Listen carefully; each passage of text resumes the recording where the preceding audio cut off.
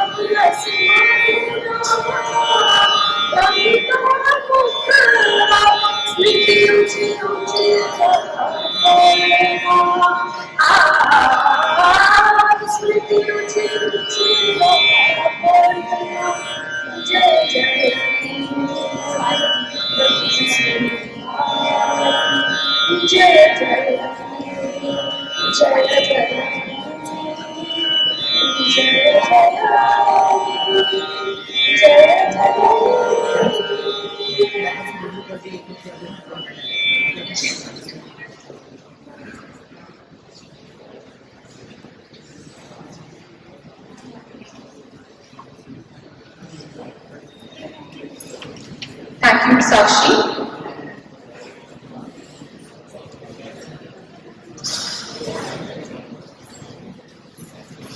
Moving on, I humbly invite our chief guest, Honorable Vice Chancellor, University of Allahabad, Professor Sangeeta Srivastava, to kindly grace us with your presence on the stage, ma'am. Anshu will escort ma'am to the stage. I now welcome our keynote speaker, Professor Makaram Paranchape, to kindly come up on the stage and take your seat, sir. Apuvi is going to escort sir to the stage.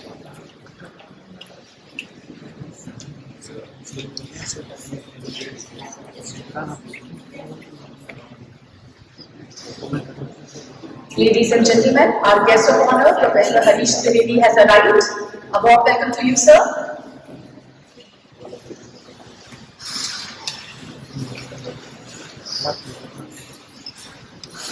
Hi Harish. Hey, where were you? I was waiting for someone to come and pick me up. Really? In the Allahabad. And I kept on telling Vivek that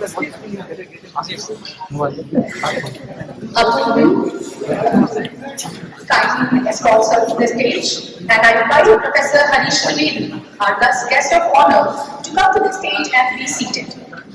Sakshi, please escort sir to the stage.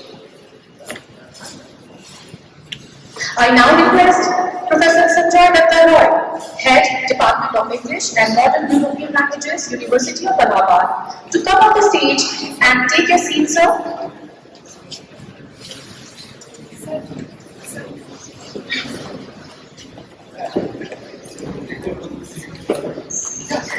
And now I request our convener, Dr. Vivek Dwivedi, to please come up on the stage and take your seat, sir.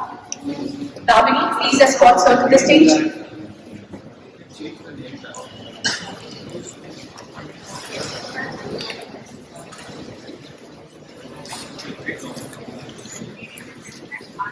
Ladies and gentlemen, a very warm welcome to our esteemed dignitaries seated on the dais.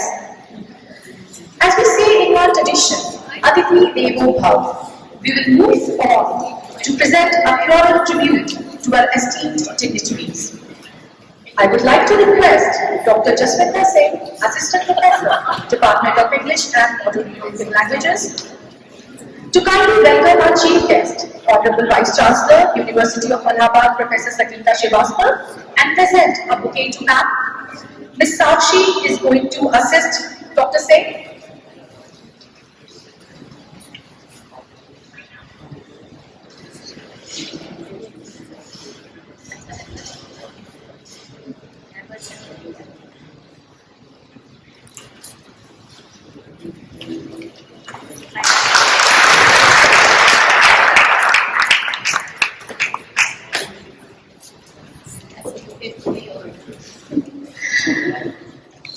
May I now request Dr. Kanchan Chakraborty, Assistant Professor, Department of English and Modern European Languages, to kindly welcome our keynote speaker, Professor Makaram Paranchape, and present a bouquet to sir. I urge Ms. Vaishali to assist Dr. Kanchan.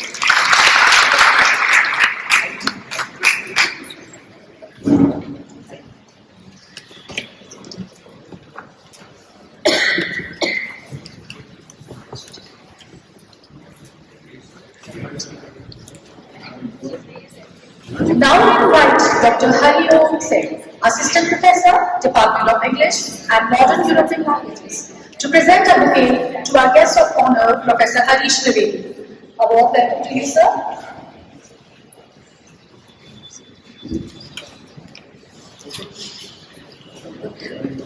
Ladies and gentlemen, a big round of applause.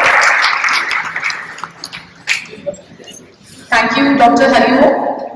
May I now invite Dr. Rajesh Verma, Department of English and Modern European Language, Associate Professor, to present a bouquet to Professor Sanjoy Datta Roy, Head of the Department of English and Modern European Languages and Dean Faculty of Arts, University of Allahabad. Ms. Dipali, kindly assist, sir.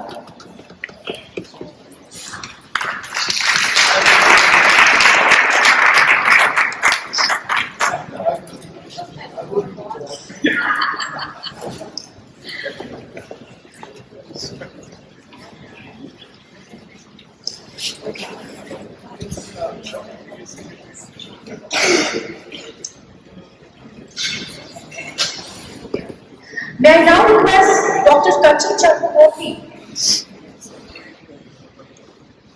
May I now request Dr. Kanchan Chakraborty, Assistant Professor, Department of English, to present a bouquet to our keynote speaker, Professor Makaran Karachape.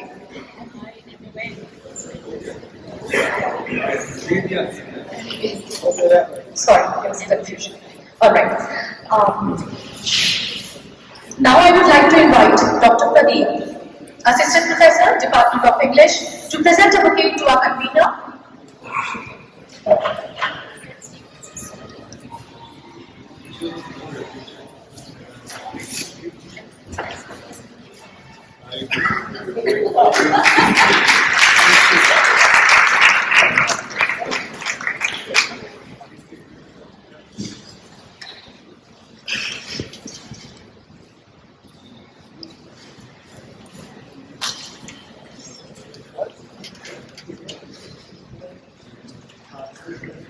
Ladies and gentlemen, a big round of applause to our esteemed dignitaries sitting on the dais.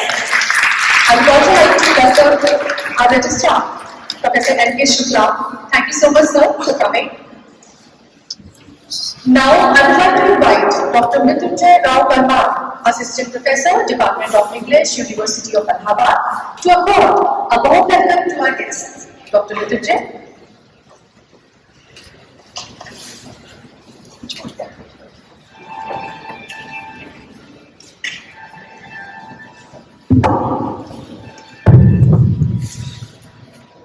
Revisiting history through literature, religion, politics, and propaganda. Most respected chief guest, respected keynote speaker, respected guest of honor, respected dignitaries, faculty members, scholars, students, and respected officials of various capacities. My humble greetings and a warm good morning to each one of you present here. I offer my sincere thankfulness to all of you for joining us here at this early hour. It is indeed delightful for oneself to witness this perfumed and august gathering of intellectuals and learners, not only from various departments of English spread across various cities and states of our nation, but also from various academic disciplines and departments of other subjects like history, philosophy, political science, sociology, law, even up to physical and life sciences and what not. To monumentally add this charm, we have with us the gracious presence of our very illustrious Madam Vice Chancellor, Honorable Professor Sangeeta Shrivastava, whom I would like to welcome on behalf of all the members of both the organizing and the faculty of and the Department of English and Modern European Languages. We welcome you now. For us, it is a matter of joyful pride that on the same dais we have with us two among the most celebrated academicians in our country. Distinguished Professor Makaran Karachape, Professor of English Studies at Jawaharlal Nehru University and former Director, Indian Institute of Advanced Studies, Shimla, a scholar, critic, poet, novelist, writer of both fiction and non-fiction, Professor Branjpe has really honored us by his poetic presence here as the keynote speaker. We welcome you, dear sir. Your gracious presence is a great privilege to us.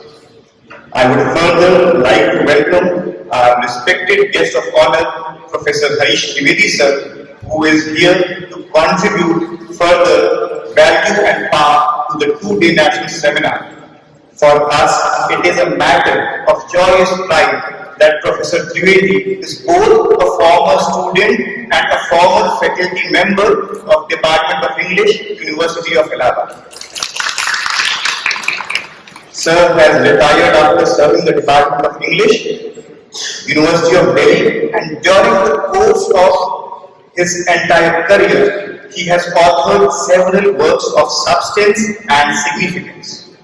He has truly graced us today by his immensely valuable presence. We welcome you, dear sir. Ladies and gentlemen, the Department of English now has a legacy of more than 100 years, which has treasured path-breaking teachers of fame, academicians of excellence, poets of eminence, researchers, creative writers, thinkers, and creative workers. It has a rich tradition wherein great masters have walked down the galleries of its regal architecture. It has a glorious past and now an even glorious present. To represent the legacy of such an old yet new, embellished and illustrious department, we have with us respected Professor Sanjay Datta Roy, who is currently leading the department as the head and is also contributing to the university as the Dean Faculty of Arts. We welcome you, sir. We must agree that the laying of foundation of University of Allahabad way back in 1887 was itself a historical enterprise when the idea of university education in India existed only as an unrealized or a distant dream or a reality that had been remotely lost down the ages. And as it has been rightly marked, that we either live on to create history or to look back at it, it is yet another mark in history that we here, sitting in one of the oldest buildings of one among the oldest universities, situated amidst one among the most ancient civilizations on this globe, have interestingly been witnessing the leadership of the first ever Vice Chancellor of this historical institution, one who is really paving highways to restore the glorious glory of this impeccable institution. I would also like to mention that on this red letter day of the Department of English and Modern European Languages, we have a till-date maximum strength in terms of the number of faculty members to display and thereby serve the academia. I would indeed commit a folly on my part if we do not express our sincere gratitude to the noble efforts and endeavors of the captain of our ship, our Honorable Vice Chancellor. Ma'am, it goes without saying that the department is reaping the fruits of your vision, your grit, and your determination that shall ever be remembered in the history of this institution. Ladies and gentlemen, today on this 24th day of March, we stand here to inaugurate a two-day national seminar on revisiting history through literature, religion, politics, and propaganda, wherein we look forward towards taking up and discussing concerns related to the influence, counter-influence, interrelatedness, and divergence of history from literature and literature from history. In togetherness, we shall also explore their varied dimensions through ideas pertaining to religion, politics, and propaganda, and more. To serve the purpose better, we shall have with us a gallery of stalwart intellectuals and scholars who would share their take and insights on or about the theme.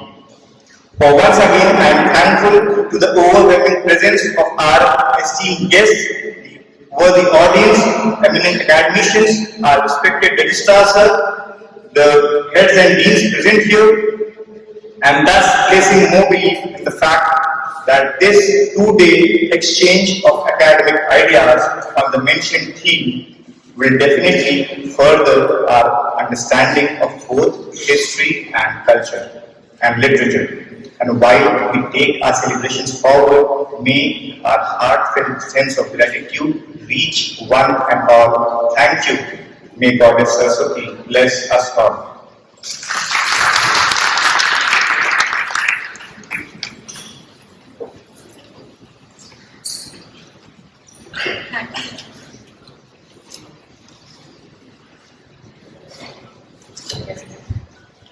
Thank you, Dr. Mrityunjay.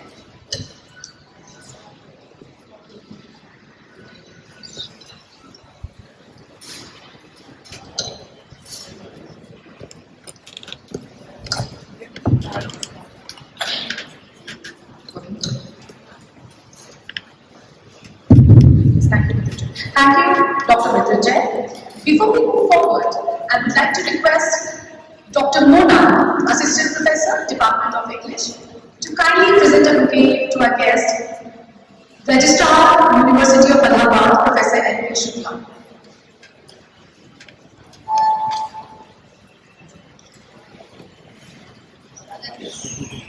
A very warm welcome to you, sir.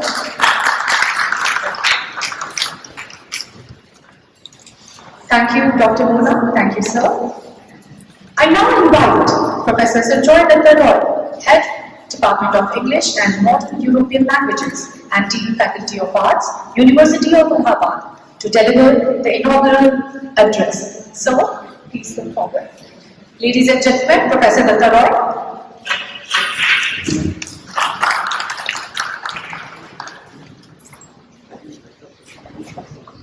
Thank you, Salat. Well, revisiting history through literature. The English Literature Department has been revisiting history these last few months because this is the centenary year of the department. We are 100 years old. If you look at the board which is there in the department, listing the heads of the department, you will find Professor S.G. Dunn, 1922. He was the founder head of the department. And very recently, we had the great grand-nephew of Professor S.G. Dunn who visited the department because it is 100 years of the department. And he was recollecting through the archives to which he has access because he is in the same house in Stratford-upon-Avon where Professor Dunn lived post-retirement when he went back to England, and he has the letters, the memoirs, as well as the photographs that Professor Dunn took, recorded while he was here in Allahabad University in the English department, and based on this archival material, he delivered a talk which took us down the lanes of history, you see, and memory, 100 years back when Professor S.G. Dunn was here as the founder head of the department, and then he brought it forward to the present time where he teaches Caribbean literature now in the University of Warwick in England. So we have been traveling down history, the lanes of history, the bylanes of history, celebrating 100 years of the department. I have actually started a series called Legacy and the Future, in which been inviting people who have retired to come and meet the new faculty so that the new faculty can sort of interact with them and know what the history and the legacy of this department was, and at the same time people who were there in this department once upon a time will be able to see what the new recruitment is like, meet the fresh recruits at the new faculty in the department, and see what the future has for us. Now the thing is, you see, that when we talk of history, it is not just talking about revisiting history. we are simultaneously creating history at the same time. Where 100 years from now, in 2122, people will recollect that these people joined the English department and this is what they did in the years that followed. So here I would like to thank our President Vice Chancellor, Professor Sangeeta Srivastava, because of whom this was possible, that we have been able to get more than 30 new faculty in the English department, and they are from all over India. People are there from Punjab, from Pondicherry, from Kerala, from Orissa, is representing the entire country almost. Right? Now that is something, you see, because history is a continuous process. It is not something which is stagnant in the past, about which we keep on revisiting. It is something that is being created simultaneously at the same time. So here, what I would like to talk about regarding the theme of the seminar is that, you see, history is not just certain events, experiences, incidents from the past. It is the way we see those events, incidents and experiences, the way they are interpreted. Because most of the time, cultural ideas, political ideas are there behind the interpretation of events and the way those events are presented.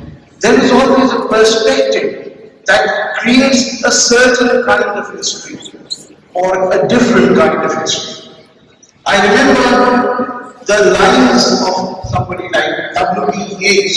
This is from an unpublished poem by Yeats, which I got from the Inaugural edition, right? It goes something like this. I don't remember the exact lines. It is talking to his friends. To those who say that I have done them wrong in my poems, to them I say that it is not them that I remake, it is myself that I remake. And in remaking himself, you remake everything else that is around you. Your life, you remake your life, you remake history. The subjective perspective is always very important when you revisit history and remake history and present it. I remember from our own Dharamveer Bharati, his Suraj Ka Satwa Ghora, where this kind of a thing can be noticed. There are 7 hot Allahabad afternoons where Manik Mullah is telling stories to a group of friends.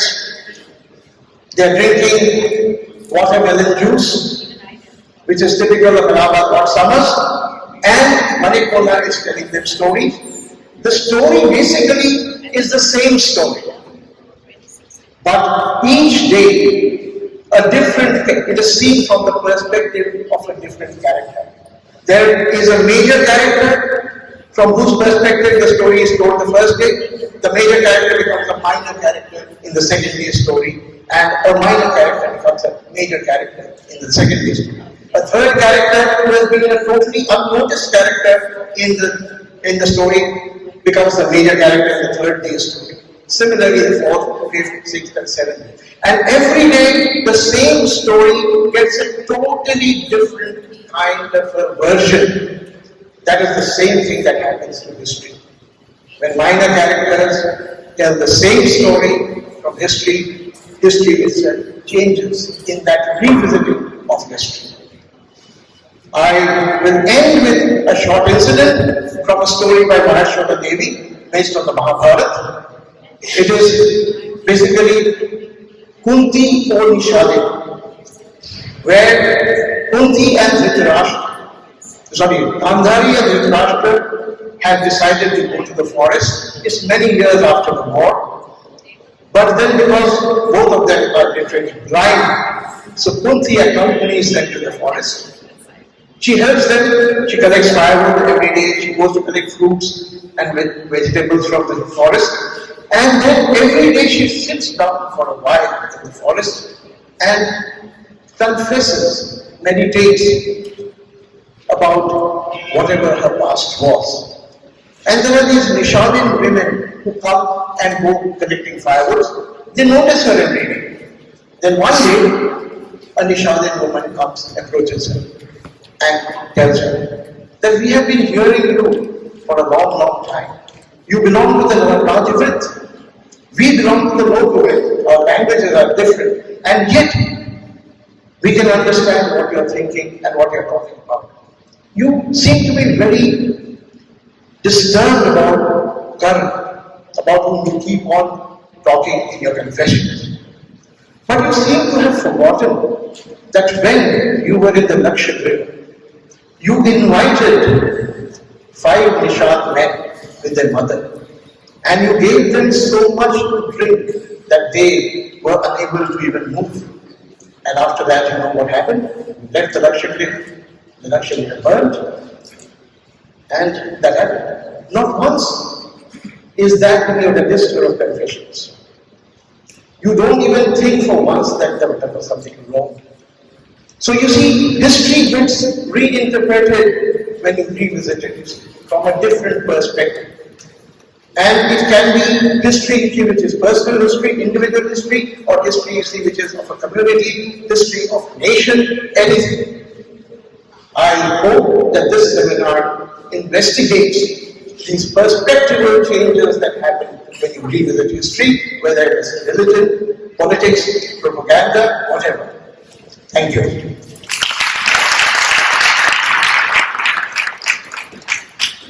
Thank you so much, sir.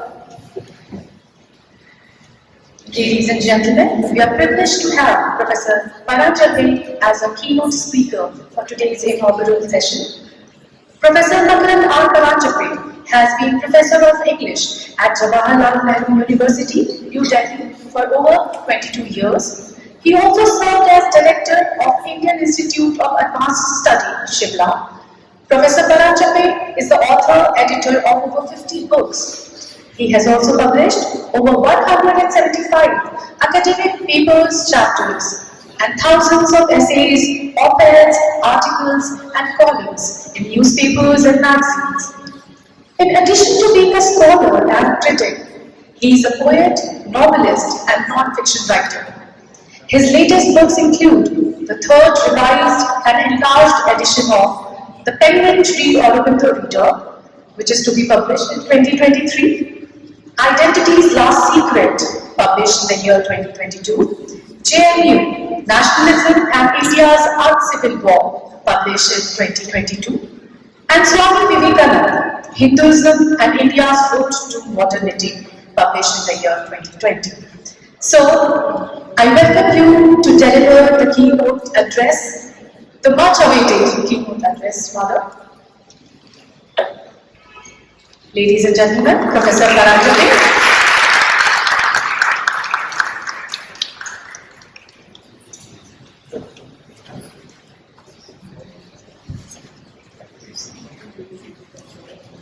I think thank you very much, Madam Vice Chancellor, the Chair, my friend, Professor Sanjay Datta Roy, who is also the Dean and the Chairperson, my teacher, Professor Harish Trivedi, my young friend, Dr.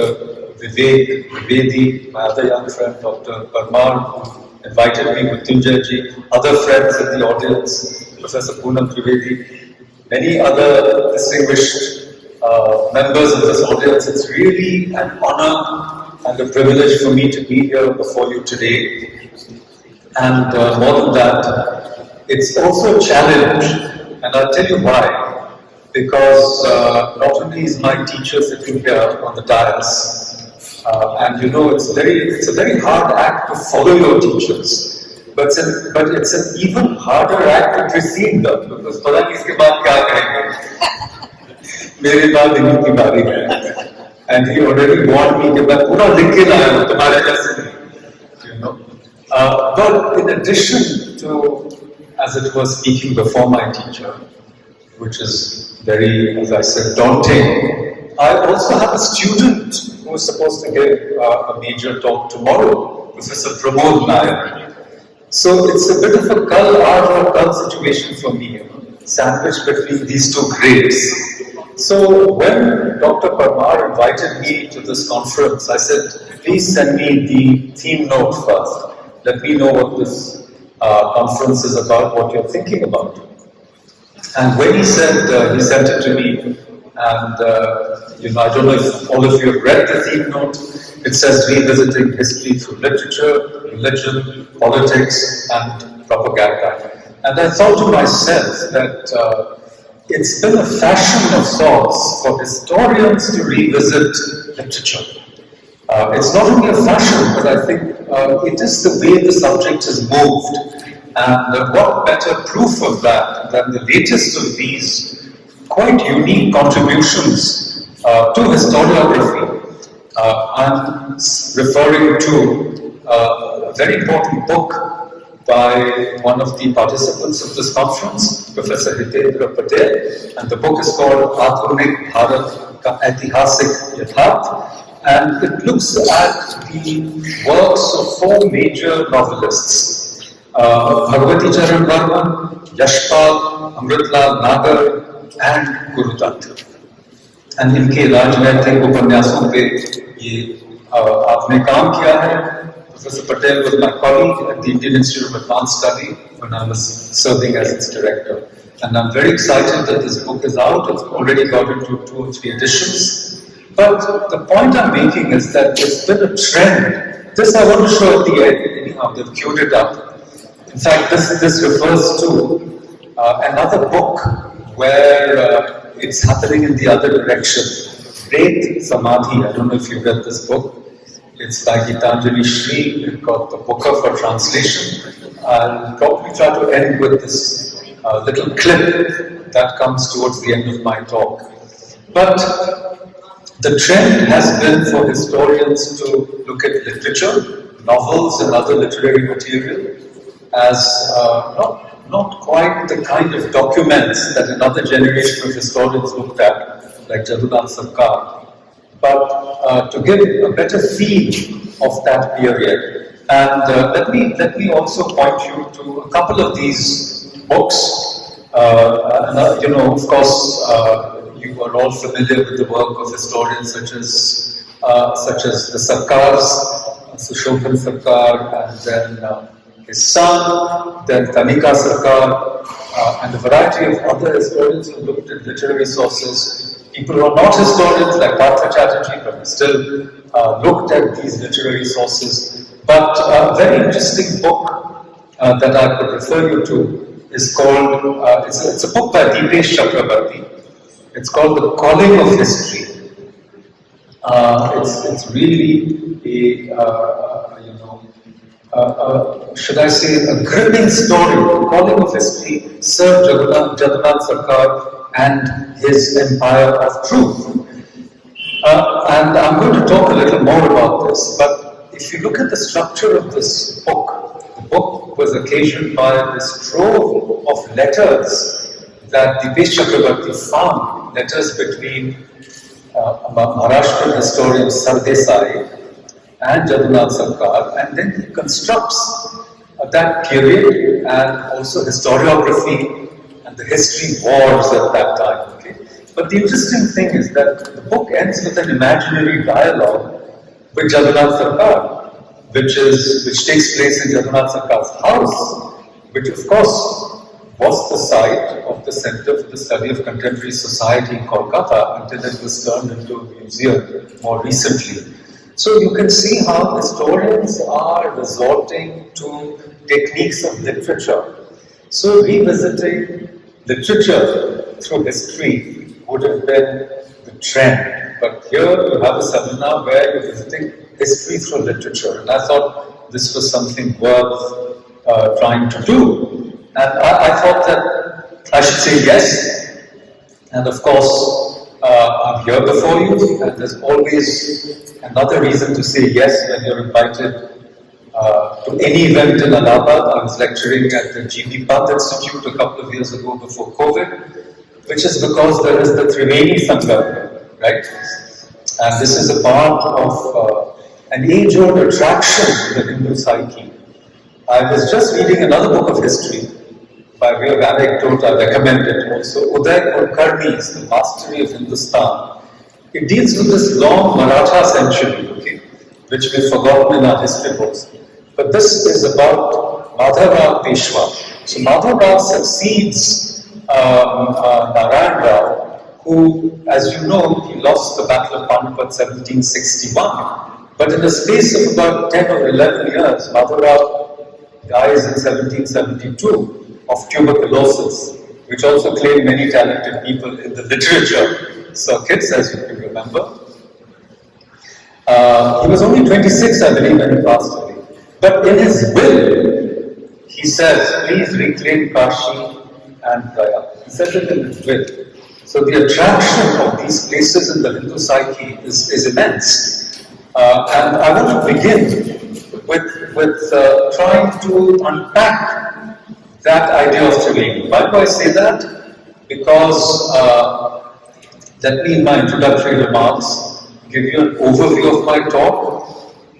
It's long and complicated because when Dr. Parna said, please tell us the title of your talk, I said, it's a keynote address, I don't need a title really. But I don't know where Dr. Parna is, but I want to tell you, I came up with 3 titles. So these 3 titles are going to organize my talk. So the first title is India's History Wars, the tipping point of Messianic time. I'm going to explain what these things are. Messianic time, of course, refers to Walter Benjamin and his theses or concept of history. We'll talk about that in a minute. So that's the first of my 3 titles. India's History Wars, the tipping point of Messianic time. And it's really about Sthala, okay? Sthala Mahatmya, the importance of place. Or if you want to use Greek terms, because I'm told that there were some members of the department here who believed they were Greeks, and they thought that the Indians were a bit inferior. I won't take names, but topos. Okay, so that's the first title of this keynote. The second is the rasas of history and the confluence of time. Okay? The rasas of history and the confluence of time.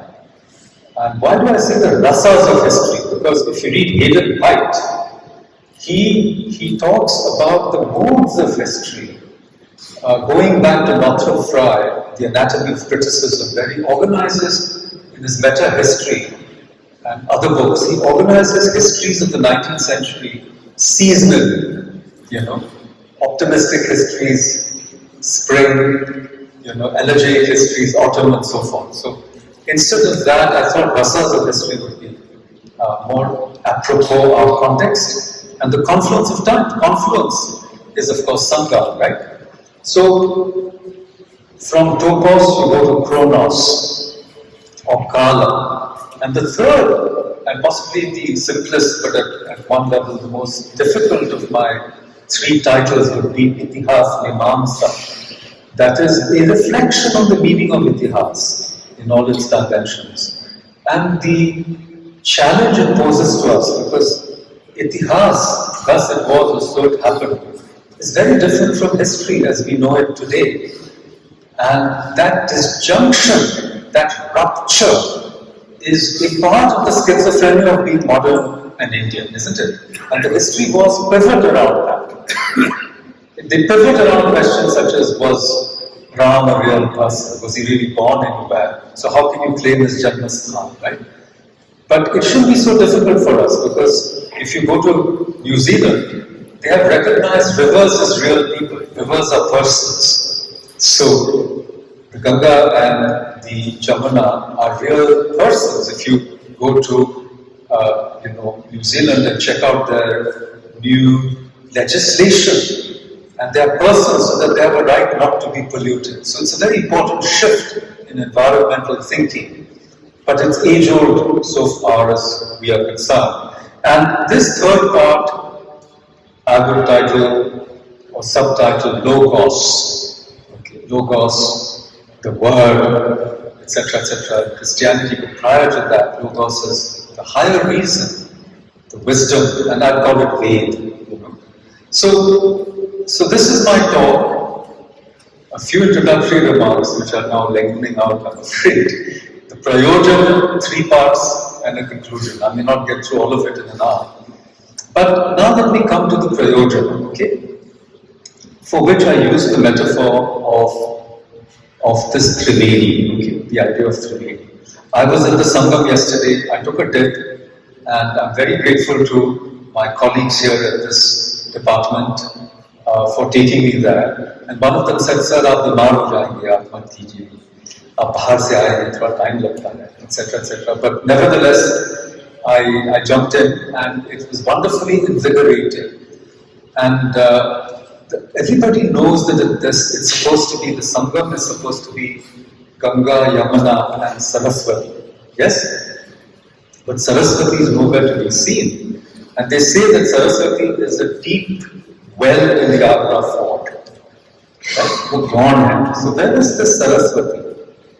In other words, to understand the flow of Ganga and Yamuna and the meaning of the confluence, you have to have Saraswati. Okay?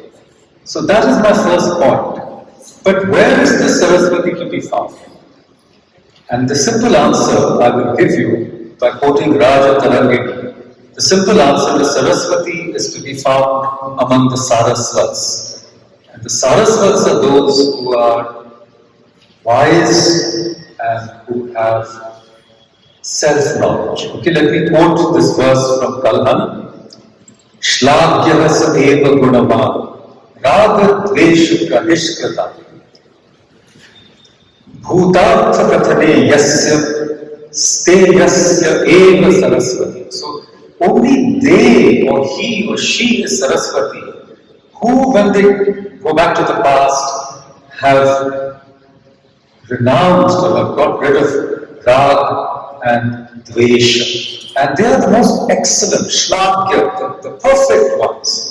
And gunavan, the ones who are endowed with the gunas. So from Delhi, I bring you my own professor, the Saraswat, Professor Harish Trivedi. So there is no Trivedi unless to the Ganga and Jamuna of Allahabad, the Saraswati also comes. Okay? And why do I say it? I say it advisedly.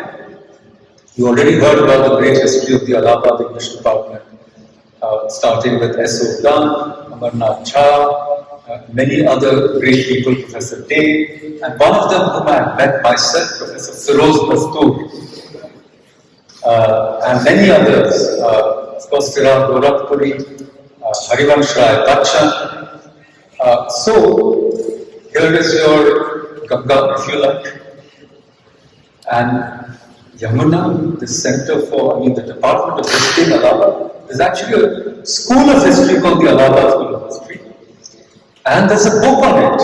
How many of you read this book by Heram Chaturveda?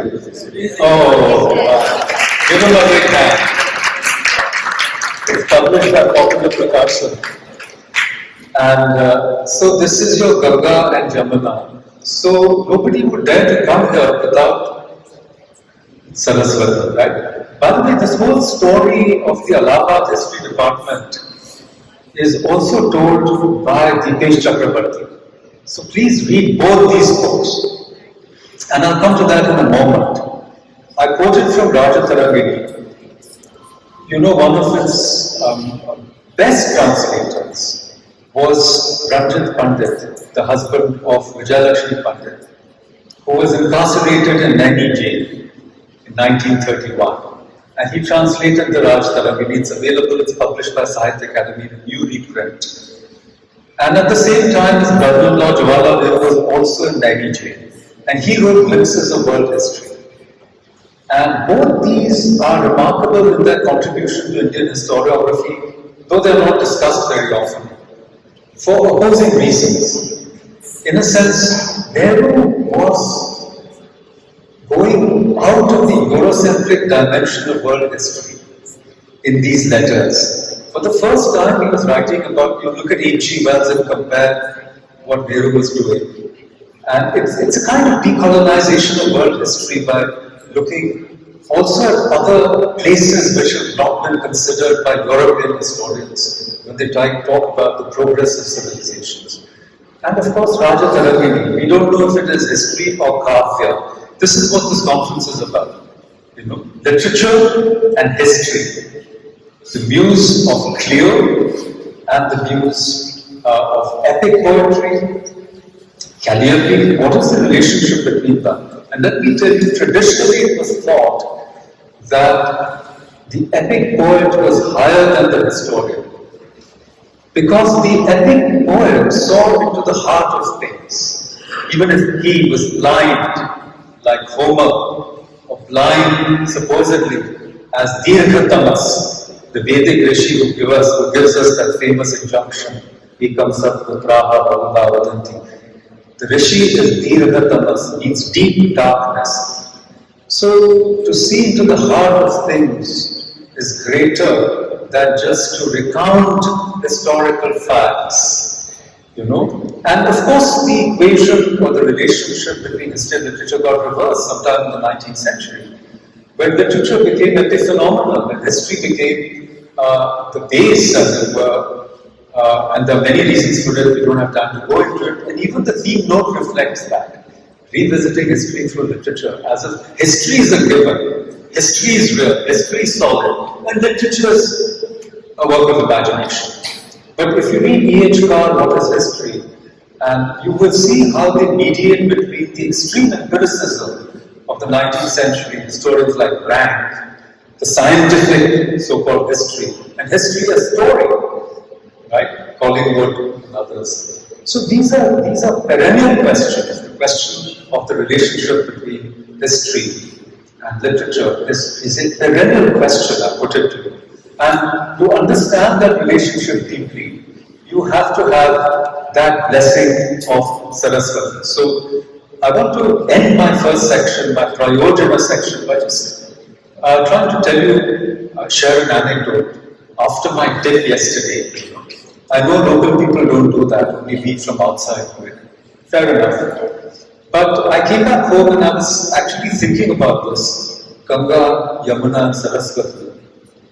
And I found that apparently Ganga represents the Ida, Yamuna represents the Pingala, and Saraswati represents the Shushumna.